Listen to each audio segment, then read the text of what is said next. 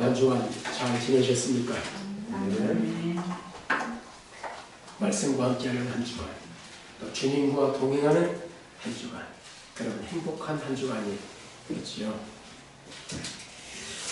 2021년 우리 한 해를 시작한 것이 우리말 엊그제 같았는데 벌써지요. 한 달이 꽉 찼습니다. 특별히 금년은 우리가 새해를 시작하면서 신자로서 어떻게 해야 하나님을 기쁘시게 하고, 어떻게 해야 행복한 교회 생활, 어떻게 해야 우리 행복한 신앙생활을 할 수 있는지, 또 우리가 어떻게 해야 풍요롭고 아름다운 삶을 살 수 있는지, 신자다운 삶을 살 수 있는지에 대해서 말씀을 드리고 있습니다. 그래서 우리 첫 주 무슨 말씀이었죠? 요새에 받은 문화세복으로 시작합시다 말씀을 드렸습니다. 과거 다 털어내고 다 용서하고 잊을 것은 잊고 관계들을 새롭게 하고 새해를 시작하는 것이죠. 그래서 사람과의 관계만을 의미하지 않습니다. 더 중요한 것은 하나님과의 관계지요. 그래서 하나님과 뭔가 멀어진 그러한 지난해의 사건들, 또 일들 다 하나님께 용서를 받고 시작하고, 그리고 사람과의 관계에 있어서도 용서할 건 용서하고, 용서할 건 용서하고, 관계를 다 회복하고 시작하면 한 해가 행복하게 살 수 있다. 인간은 사회적인 존재, 관계적인 존재라는 지으셨기에 창조의 원리라 관계가 행복하지 않으면 인간은 결코 행복할 수 없다 하는 사실을 말씀드렸습니다. 둘째 주에는 하나님 나라 백성이요, 하나님의 자녀인 우리의 새해 목표가 뭐가 되어야 되느냐. 사실은 새해 목표라고 했지만 평생 목표고 그런 것이지요. 그냥 새해니까 새해하고 붙였을 뿐이지요.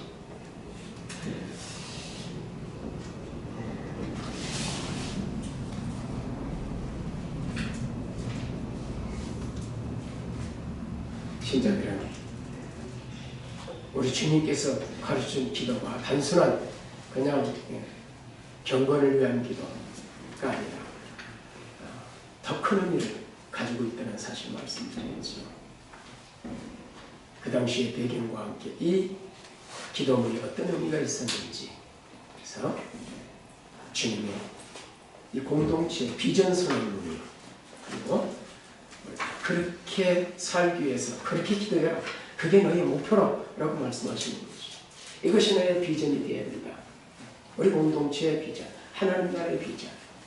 그래서 하나님 나라 백성들은 하나님의 이름, 그 이름 거룩하게, 그 이름 영광하게, 그리고 그의 나라 이 땅에, 그리고 그의 뜻을 이루어가는 삶이죠.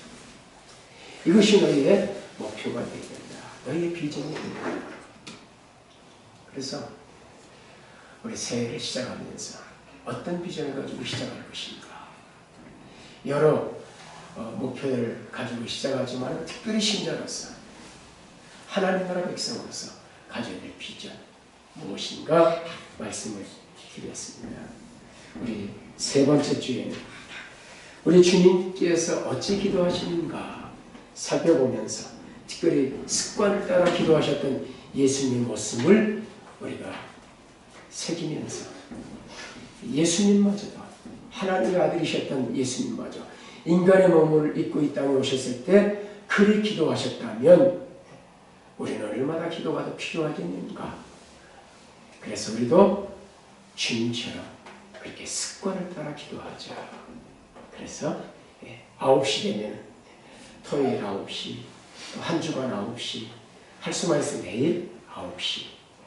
그래서 긴 시간 아니어도 그냥 그 시간 되면은 뭔가 조금 늦어도 상관없고, 하다 보면 좀 늦을 수도 있고, 또 잊어버릴 수도 있고, 생각나면 또 실패가 오면 되죠. 우리가 범사에 쉬지 않고 기도해야 되지만은 그렇게 정해놓고 습관적으로 기도하는 게 필요하다 하는 말씀 드렸습니다. 그래서 잃어버리고 또 잊어버렸던 기도를 회복하자. 앞에 잃어버린 것은 빼르들이죠. 에스파뇰 빼르들이. 그리고 뒤에 잊어버렸다는 올비달지요. 잃어버리고 잊어버렸던 기도, 내려놨던 기도 다시 시작을 한 해가 되자.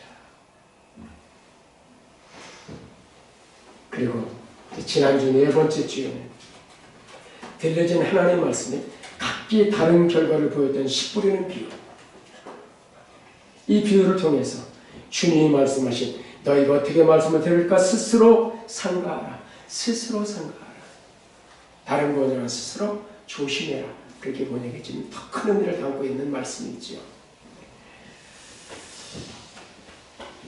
예수님의 비유에서 4개 밭이 있었지만 1개 밭만 결실을 했습니다.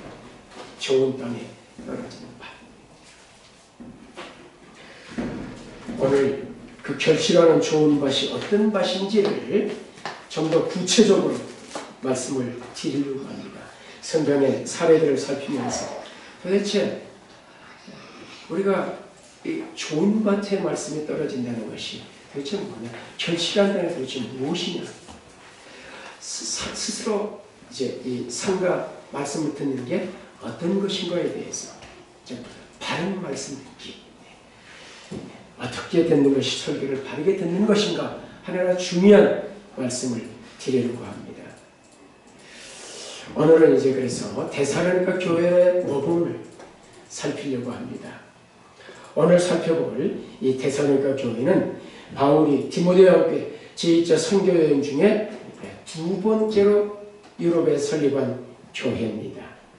바울의 2차 선교 여행의 원래 목적지는 1차 선교지였던 갈라디아 지역, 아시아 지역을 돌아보는 것이었습니다.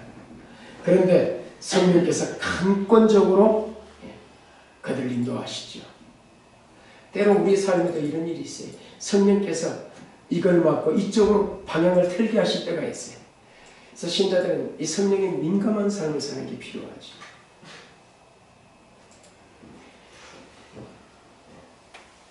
그래서 이 성령의 강권적인 역사로 방향을 틀어서 계획에도 없었던 유럽 쪽으로 방향을 바꾸게 됩니다.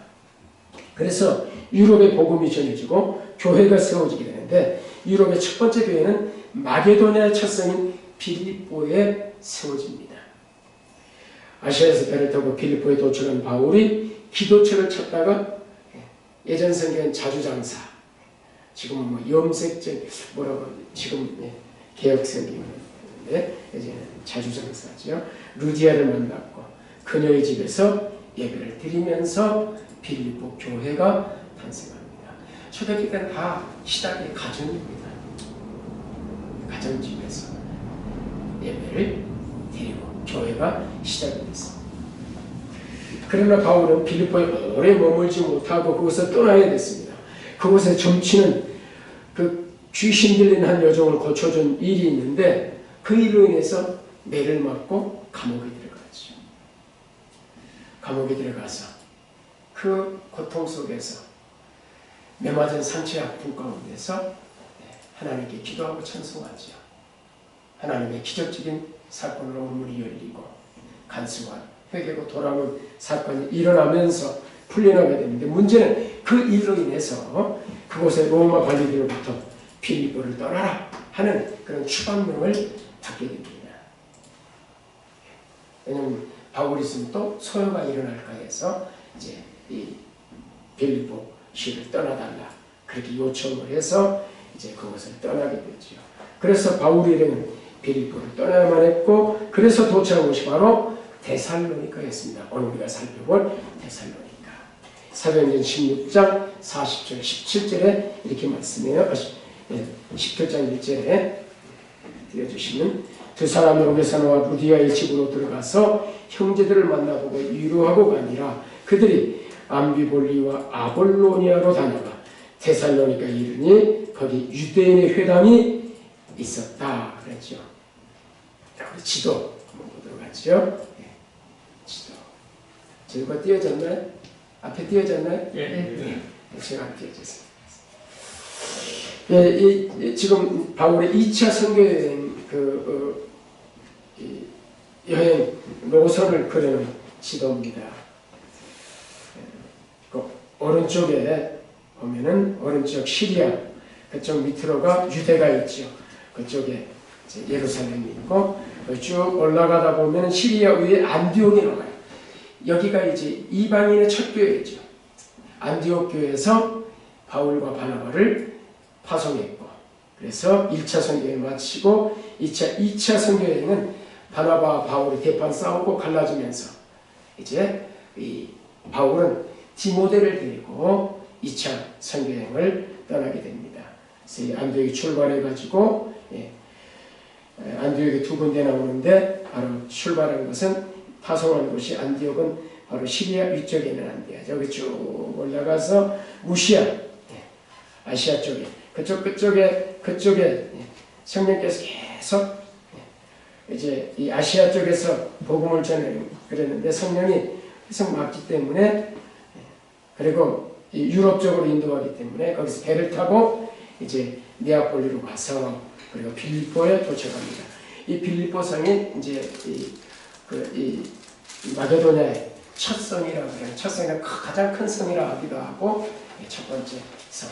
여기 뭐 이렇게 이 도시도 가다 보면은 가장 제일 그 좋은 도시, 뭐 제일 큰 도시, 뭐 제일 뭐 이런 그 표말들이 붙어 있는 걸 보게 되는데 그런 의미에서 이 빌립보가 첫 성이라 그렇게 불려지는데 이제 이곳에서 복음을 쫓겨나서 지금 암비볼리 이쪽 아볼로니아를 거쳐가지고 밑에 데살로니가로 오게 됩니다. 글씨가 제가 표시를 해달라 그랬는데 포인트로 제가 할 수 없으니까 그래서 이 데살로니가 바로 항구 도시예요. 항구 도시에서 아주 상업적으로 발달했던 그런 도시였습니다. 이 데살로니가는 BC 315년에 헬라 제국을 세운 알렉산더 대왕이 죽고 난 뒤에 그 사후에 다 이제 나라가 이제 쪼개지죠. 그러면서 헬라를 다루시던 카산더에 의해서 이 데살로니가가 이제 세워지는데 여러 인접한 도시들을 다 정비하고 새로운 도시를 건설했습니다. 그리고 이제 자기 아내 이름이 데살로니가였어요. 그 아내가 누구냐면은 이 카산더의 아내가 알렉산더 대왕의 그 이복 누이였던 이 데살로니가가 카산더의 부인이었는데 자기 부인의 이름을 따서 이 도시 이름을 데살로니가라 그렇게 이름을 붙였습니다. 빌립보도 이제 그런 나중에 빌립보 이야기도 맞습니다. 하여튼 이 바울이 이 데살로니가에 도착했을 당시 대부분의 거주민들은 마게도니아인들과 그리고 헬라인들이었습니다.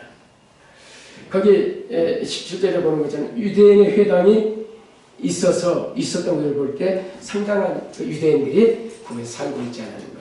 그냥 회당에 들어가서 복음을 전합니다.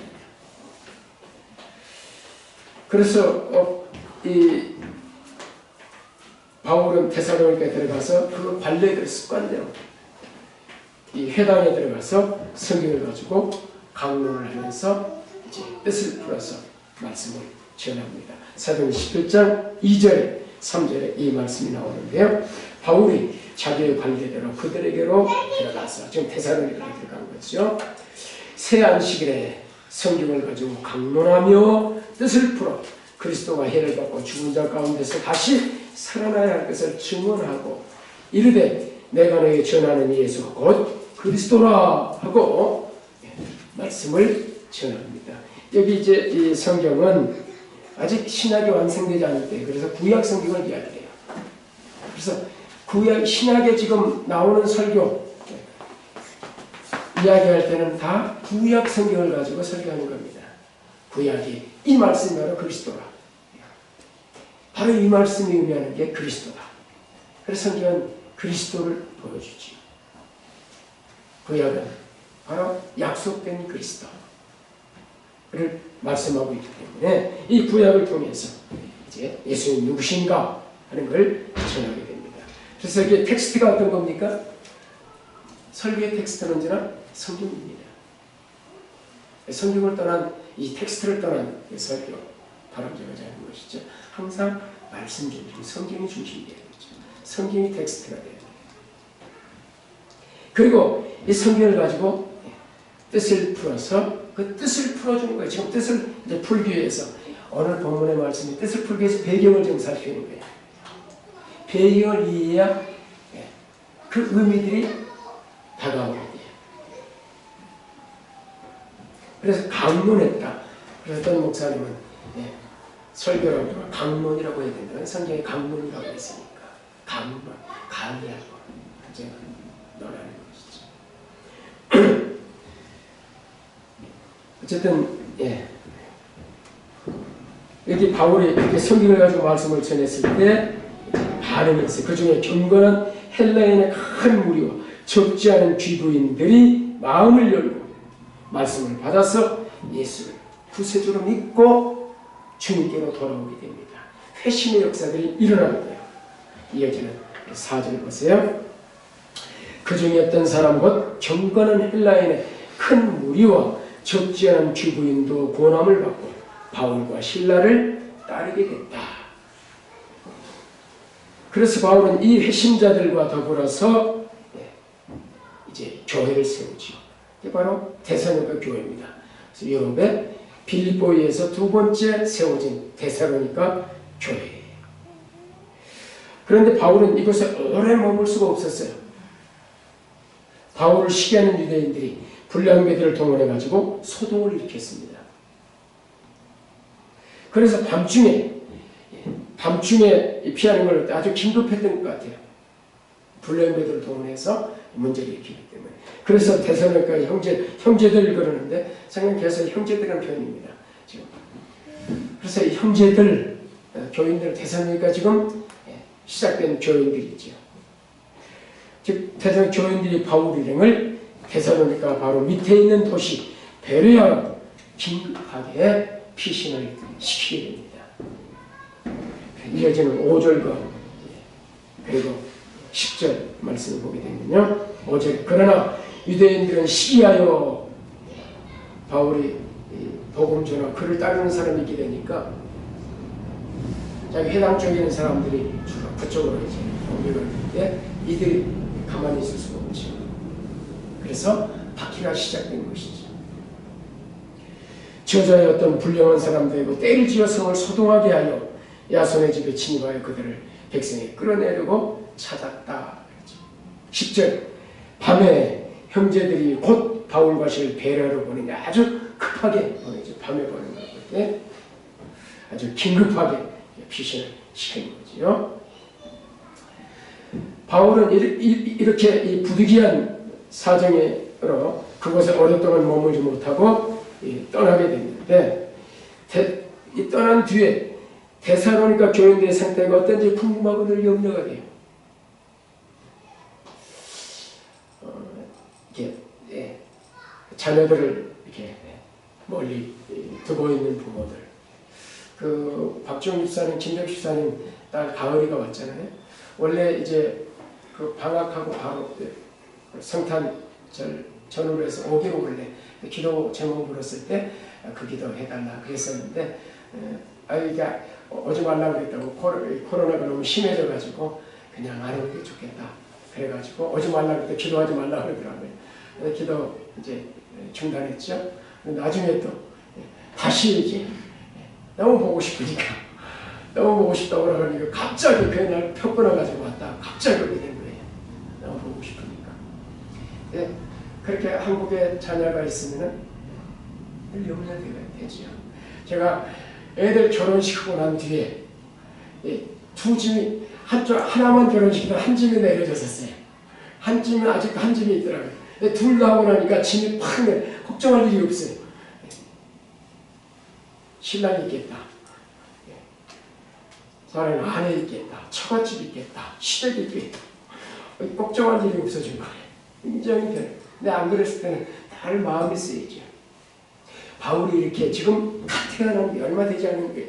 여기 지금 3주라 그랬는데 학자들은 이제 또 다른 의미의 3주일 것이다. 조금 더 기간이 있었을 것이다. 그러나 어쨌든 짧은 기간이었어요. 그리고 부득이 이제 쫓겨서 떠나야 됐으니까 그냥 마음이 안 놓이는 거죠. 아니 교회 교인들이 잘 있을까? 신앙생활 제대로 하고 있을까? 그런데 문제는 그래서 돌아가서 그들을 좀 살피고 다시 말씀을 던지 세우려고 애를 썼는데 계속 막혔어요. 이번에는 사단이 막았어요. 대전서 2장 17절입니다. 형제들아 우리가 잠시 너희를 떠나서 얼굴이요 마음은 아니니 너희 얼굴을 열정으로 더욱 힘썼노라. 18. 그러나 나 바울은 한 번도 너희 가고자 했으나 사단이 우리를 막았도다. 지금 한 번은 성경 초기에는 뭐가 막았어요? 성령께서 막으셨어요. 이번에는 뭐가 막았어요? 이번에는 조금 상황이다. 성도들을 든든히 하려고 지금 그러는 건 사단이 막아요. 그래서 이게 성령의 역사하심인가? 성령의 막으심인가? 아니면은 지금 사단의 역사인가? 이걸 잘 분별하는 게 영적으로 민감한. 그래서 이 영적으로 좀 더 기도하고 하는 게 필요한 거죠. 영적으로 둔감한 이런 건 전혀 감지하지 못하는 것이죠. 영적으로 민감한 이걸 세심하게 민감하게 인지하고 그런 것이죠.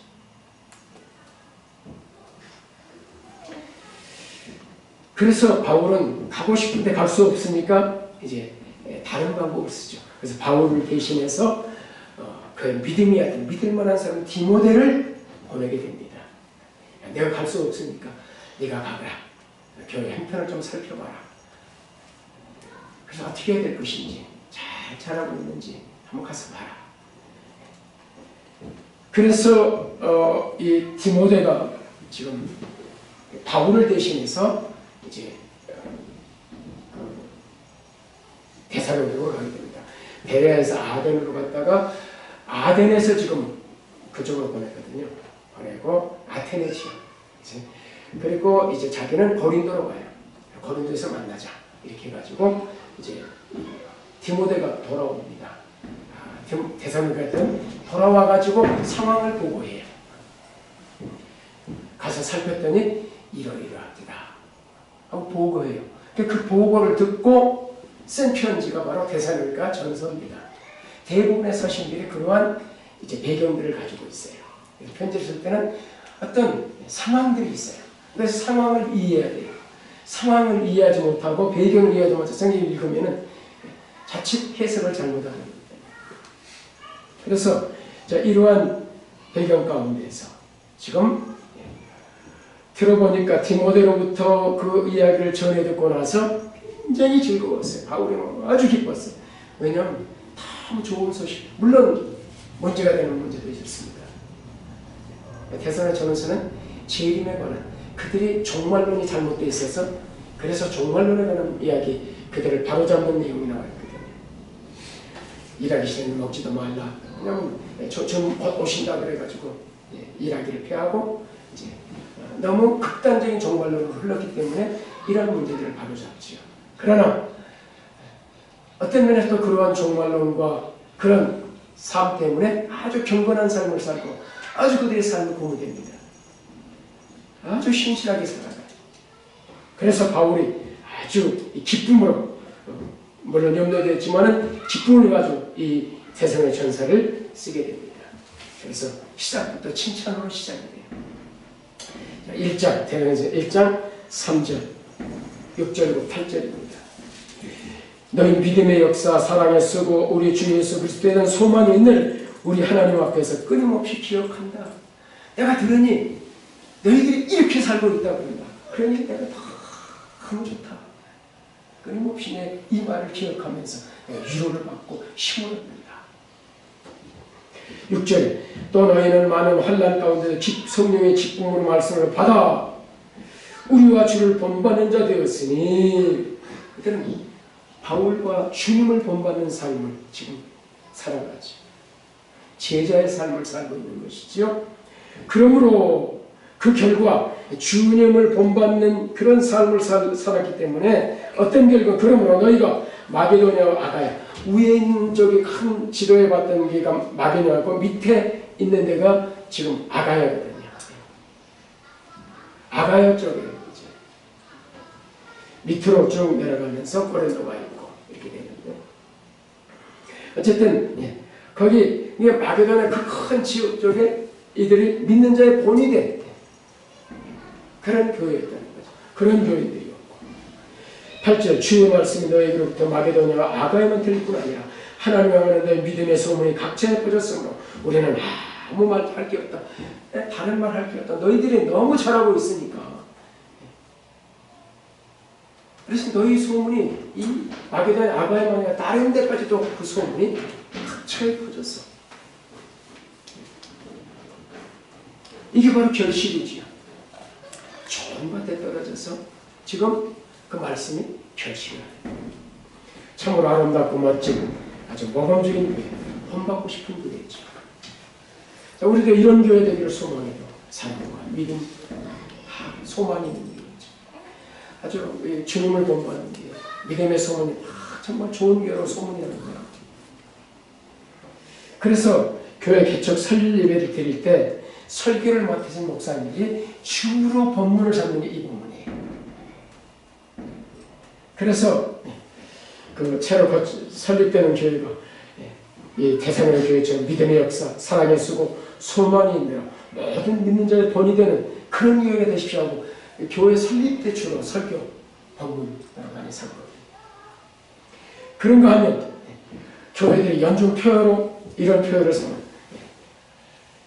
믿음의 역사가 있는 교회, 사랑의 수고가 있는 교회, 소망의 인내가 있는 교회, 믿음의 본이 되는 교회, 뭐 이런 대사로의 교회를 가지고 많은 그 하나는 믿음의 역사, 하나는 사랑의 수고, 하나는 소망의 인내, 뭐 이런 식으로 하여튼 교회들은 주로 이런 이 본문이 많이 교회 표어로 내버립니다. 그만큼 아주 좋은 모범이 되는 교회였죠. 그래서 좋은 모범이 되는 교회를 이야기를 할 때 대사로의 교회를 이야기합니다. 참으로 대사로의 교회는 아주 좋은 교회로 소문이 찾아온 그런 교회였습니다. 이어지는 본문은 대사로의 교회들이 도대체 어떻게 변화된 삶을 살았기에 그러한 소문이 났는가? 9절과 10절입니다.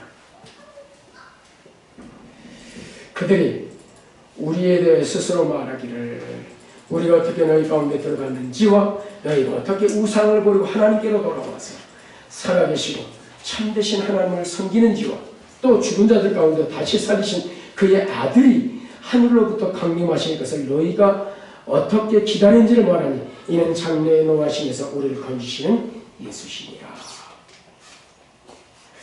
이들이 바울의 소리를 듣고 어떤 변화된 삶을 살고 있어요? 첫 번째는 뭡니까? 제일 먼저는 뭘 버렸어요? 우상을 버렸어요. 과거를 청산했어요. 죄악된 삶을 내려냈어요. 하나님이 싫어하시는 삶을 내려놨죠. 여기서 우상을 버렸다는 말은 우리나라 조선시대에 제사를 안 지내는 똑같은 거예요. 우리 한국의 초대교회 때, 한국 초대교회 때 왜 그렇게 많은 순교자의 생각 박해를 받았습니까? 뭐 때문에 했어요? 뭐 때문이죠? 제사 문제 아니에요. 아주 싼 일입니다. 제사를 안 지내다니. 지금도 이 당시에 우상이란 그런 거였어요. 우리의 제사처럼.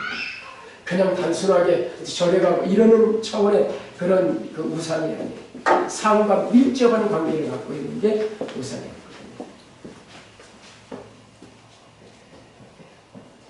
그래서 이들이 이 우상을 버린 거예요. 무엇을 했습니까? 하나님을 섬기려면 하나님의 다른 거는 다 내려놔야 됩니다. 이들은 말씀을 듣고 다 우상을 내려놨습니다. 그리고 살아계신 하나님께로 돌아와서 하나님만을 예배하는 자가 있어요. 하나님만을 섬기는, 하나님만 예배하는 자. 이것이 참된 회개예요. 회개는 뭐냐? 돌아서는 것이죠. 하나님을 긍정으로 살고 있고 그래서 짐을 들어 살고 자기가 하나님께서 살는 것에 돌아서는 하나님. 이게 진정한 회개입니다. 말씀이 들어가면 이런 변화가 있고 그리고 그들은 이러한 변화로 해서 마라나타 주 예수 오시옵소서 하고 예수님의 재림을 간절히 사모하고 기다리는 종말의 삶, 경건한 삶을 살아갑니다. 종말이 있다. 심판이 있다. 제가 지난해 이 심판과 종말 말씀드렸는데 그 말씀이 얼마나 우리를 경건하게 했는가를 돌아봐야 돼요.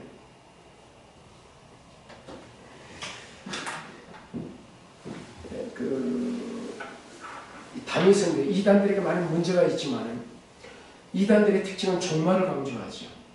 아주 이 극단적인 종말을 강조하기 때문에 삶을 등한시하죠. 이게 문제죠. 이원론이라 그러는 그런 것들을. 그러므로서 와지는 폐해가 무엇입니까? 장점은 경건하게 살아요. 아니면 곧 주님 옆에 서는데 심판대 앞에 서는데 어떻게 해요? 그러니까 경건하게 살아요. 그런데 삶이 그게 바로 대산교회의 문제였거든요.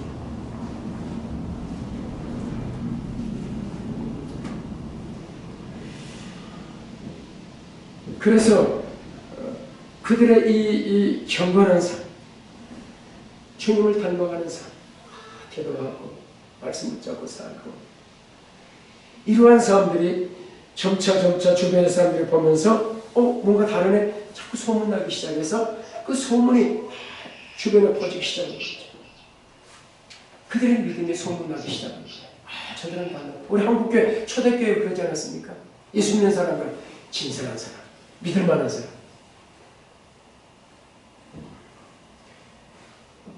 그래서 그 당시에 예수장에는 욕이 아니었습니다. 그들의 열매를 보았던 것이죠. 삶 속에 맺혀지는 삶의 열매, 말씀의 열매들이 그의 삶 속에서 드러났습니다.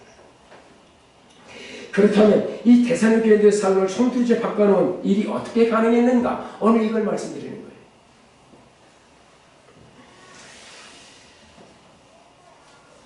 여러분도 이 대전교회들처럼 우상고려 참된 예배도로 살기를 원하십니까?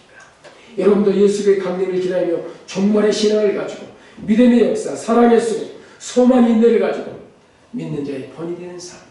저라면 진짜 예수님이야. 이런 별명으로 살기를 원하십니까?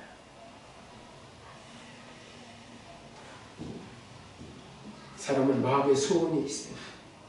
그래서 빌립보서는 하나님은 어떻게 하신다고요? 마음에 소원을 두고 행하게 하시는 거예요. 바울이 마음속에 로마를 보고자 하는 소망이 있었어요. 나중에 제수의 몸으로 가지만 이 소망 얼마나 기도했겠어요. 여러분도 이런 경건한 신자가 되고 이런 아름다운 신자가 되고자 하는 열망, 그래야 기도하죠. 하나님 이렇게 살게 해주세요. 목표가 왔으면 성취도 없는 것입니다. 그래서 제가 기도 제목을 물어보죠. 기도 제목이 바로 목표입니다. 신자라면 이런 아름다운 삶 열망해야죠. 13절입니다. 오늘 말씀의 주 핵심 구절이죠. 다시 한번 읽겠습니다. 본문 13절 시작. 이러면 우리가 하나님의 너희가 우리의 기름으로 하나님의 말씀을 받을 때 사랑을 받지 않을까. 하나님의 말씀으로 받음이니 진실로 그러하도다. 이 말씀이 또한 너희의 가운데 역사. 대사로니가 교인들은 설교자인 바울의 설교를 들을 때 어떻게 들었다고 말씀해요? 너희가 우리의 들음과 하나님의 말씀을 받을 때 설교를 할 때 그들의 말씀을 받지. 말씀을 들을 때 사람의 말로 듣지 않고 사람의 말로 받지 않고 하나님의 말씀으로 받았다라고 말씀합니다. 이게 핵심이에요. 이렇게 바울의 설교를 사람의 말로 받지 않고 하나님의 말씀을 들었을 때 어떤 일이 일어났는가? 이 말씀이 또한 너희 믿는 자 가운데 어떻게 했다고요? 역사를 하. 이건 히스토리가 아니에요. 성령께서 그 마음으로 역사를 이루시는 것이죠. 내가 그렇게 살아야지. 그러한 결단과 각오와 기도할 때 성령께서 그러한 삶으로 인도해 가시는 것이죠. 이것이 비결이었습니다. 데살로니가 교회가 된 비결. 하나님 말씀을 들을 때 사라의 말, 그냥 흘러가는 말로 듣지 않았어요. 뭘로 들었어요? 하나님의 말씀으로. 하나님에게 주신 말씀이에요. 설교는 하나님의 말씀은 분명 확실한 믿음을 가지고 들어야 그래야 하나님의 말씀이 돼요. 그래야만 그 말씀이 들려지게 되고 그 말씀이 그의 마음에 새겨져 그의 삶을 움직이게 하고 그의 삶을 변화시키게 돼요. 아무리 많은 말씀, 대단한 설교를 듣는다고 해도 그 말씀이 하나님께서 오늘 나에게 들려주시는 하나님의 말씀이라고 듣지 않는다면 그 말씀은 그냥 정보예요. 그냥 흘러가는 말에 불과하지. 그의 삶의 변화를 일으키지 못해요. 히브리서 4장 1절과 2절 아주 중요한 말씀입니다. 됐나하고 관련해서. 그러므로 우리는 두려워할지니 그 안식에 들어갈 약속이 남아있을지라도 너희 중에는 혹 이르지 못할 자가 있을까 하니라. 그들과 저기서 복음 전환을 받은 자야, 말씀을 들은 자야, 들은 바 그 말씀이 우리에게 유익이 되지 못한 것은, 유익하지 못한 것은 누구 때문이라고요? 듣는 자가 믿음을 결부시키지 않았어요. 믿음으로 그 말씀을 듣지 않았어요. 그 말씀은 하나님의 말씀이라고 듣지 않았어요. 그래서 여기 히브리서는 굉장히 우리에게 아주 강한 어정을 우리는 두려워해야 된다. 안식에 들어가지 못할 수 있다. 너희가 이렇게 말씀을 들어서 믿음을 결핍시켜 듣지 않아서 너희의 삶들이 그 말씀에 영향을 받지 않고 그 말씀의 삶으로 살지 않으면은 너희가 안식에 들어가지 못해. 그러므로 두려워할지니 그렇게 말씀을 하고 있어요. 이렇게 말씀을 듣는 것이 우리의 생사를 가름하는 그러한 것이라는 사실을 기억해야 돼요. 베드로전서 말씀으로 우리를 낳았느니라. 신령한 젖을 사모하라. 너희가 구원에 이르러 자라게 하리라.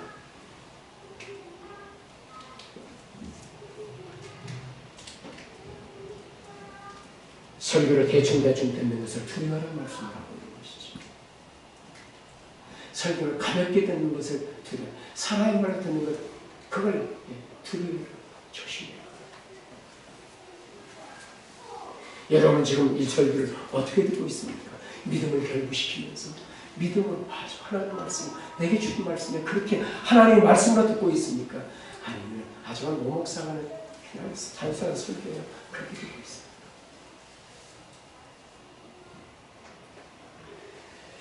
물론 설교를 때 가장 중요한 것은 성령님의 도우심이 있어야 됩니다. 그러나 또 우리에게 요구하는 책임이 있는 것입니다. 설교를 듣는 자 일차적인 책임은 강단을 통해서 하나님의 신 목사에서 전해지는 설교, 이것이 내게 지금 하나님께서 직접 들려주시는, 오늘 내게 주신 말씀이라고 들어야 합니다. 특별히 공적으로 이 주일 공예배에서 공적으로 들려지는 이 말씀을 더 심각하게 들어야 하는 것입니다. 그래서 전심을 다해서 주의를 기울여 듣는 거예요.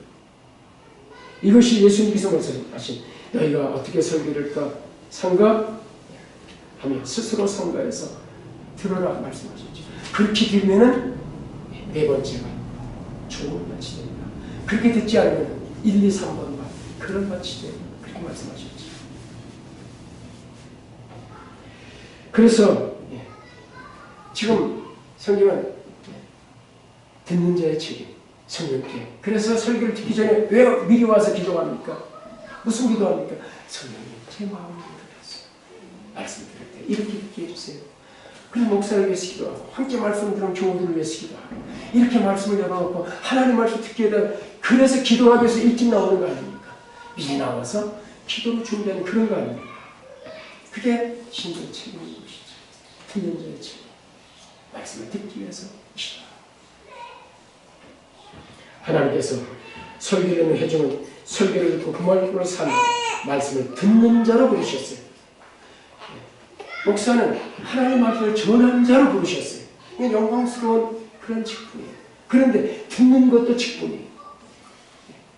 듣는 자로의 부르심, 그리고 전하는 자의 부르심, 똑같은 부르심이에요. 여러분은 목사는 귀하다고 생각해요.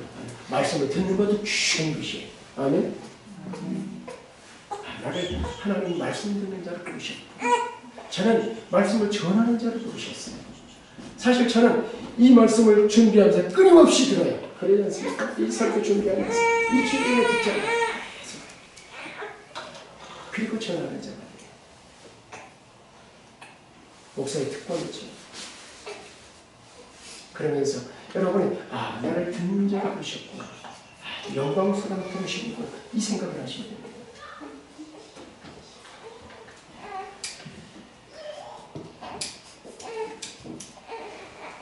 어떤 분들은 설교를 비판하고 비난하는 경우도 있어요.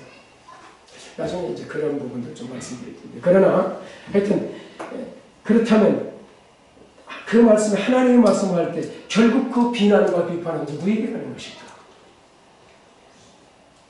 그 설교자를 세우시고 그 설교를 전하게 하신 그분이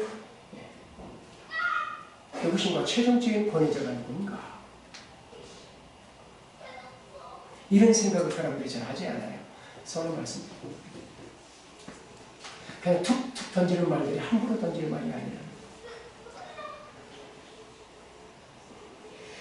그렇게 하고 하나님께 복을 달라고 기도하고 기도응답을 해달라고 한다면 저것들이 저렇게 나를 격려하고 그러면서 복을 달라고 그래?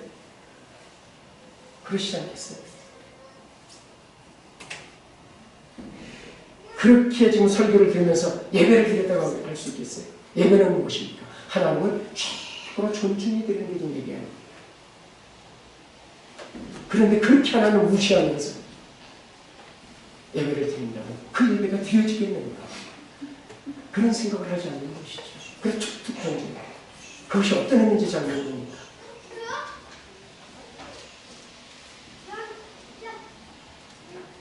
하나님은 여러분을 듣는 자로 부르셨지 평가자로 부르시지 않았어요. 지금 이 자리에 앉은 것은 평가로 부르신 게 아니라 뭐 하라고?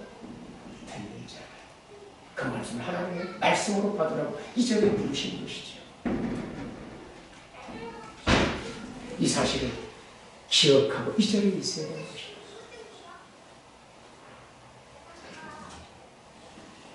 오늘 제 말씀 마치려고 합니다.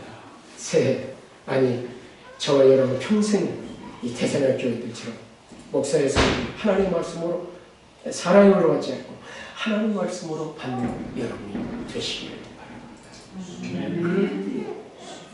그 말씀이 믿는 자 속에서 역사, 진실로 필요하다. 그 말씀이 역사합니다.